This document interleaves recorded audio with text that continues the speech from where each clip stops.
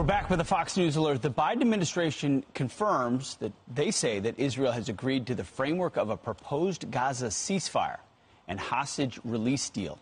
And it's now up to Hamas to agree to it. This comes as Biden approves the first U.S. military airdrop of food and supplies into the Gaza Strip.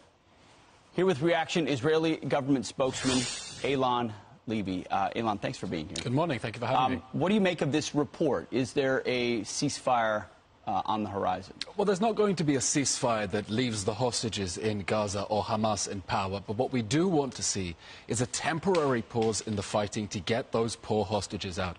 We're talking about 134 people who have been trapped in the Hamas terror dungeons for 149 days now. It's too late for 33 of them. They've already been killed in captivity. And we want to see a pause in the fighting to help get those poor hostages back to their families.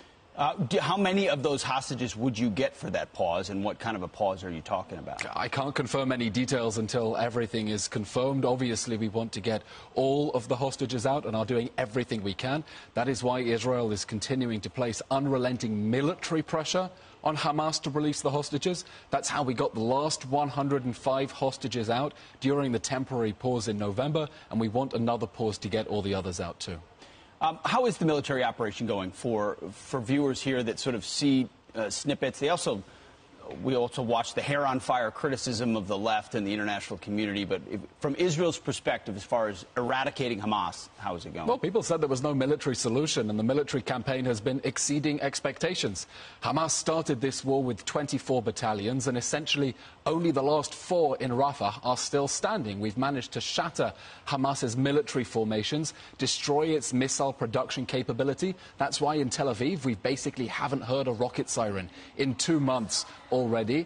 We're continuing to move in on the Hamas terror army to bring it to justice for 10/7, and more importantly, to make sure that it can never perpetrate those atrocities again and again, as it is threatening to do.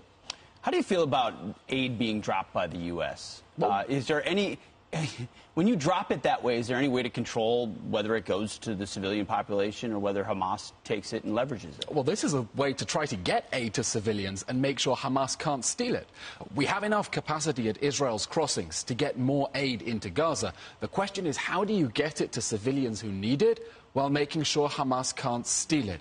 And to date, Hamas has been stealing aid and the United Nations has been covering it up. So the airdrops are one way that we are looking into getting aid straight to civilians who need it, while making sure that the terror organization that started this war, that has brought ruin to the people of Gaza by starting the 10/7 atrocities and triggering this war, that the people can get the aid and the terrorists can't get their hands on it. Is the U.S. putting too much pressure on at this point from the outside? Is there a sense in Israel that from the Prime Minister on down, you can't conduct the war you want to? You know, President Biden said right at the beginning of this war that if the 10/7 atrocities had happened to the United States, its response would be swift, decisive and overwhelming.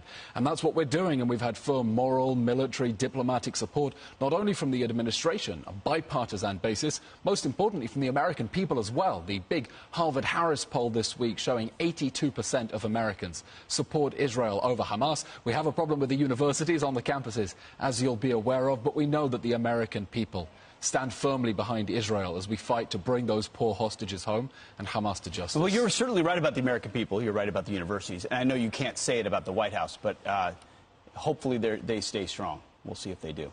Eylon, thank you very much for your time.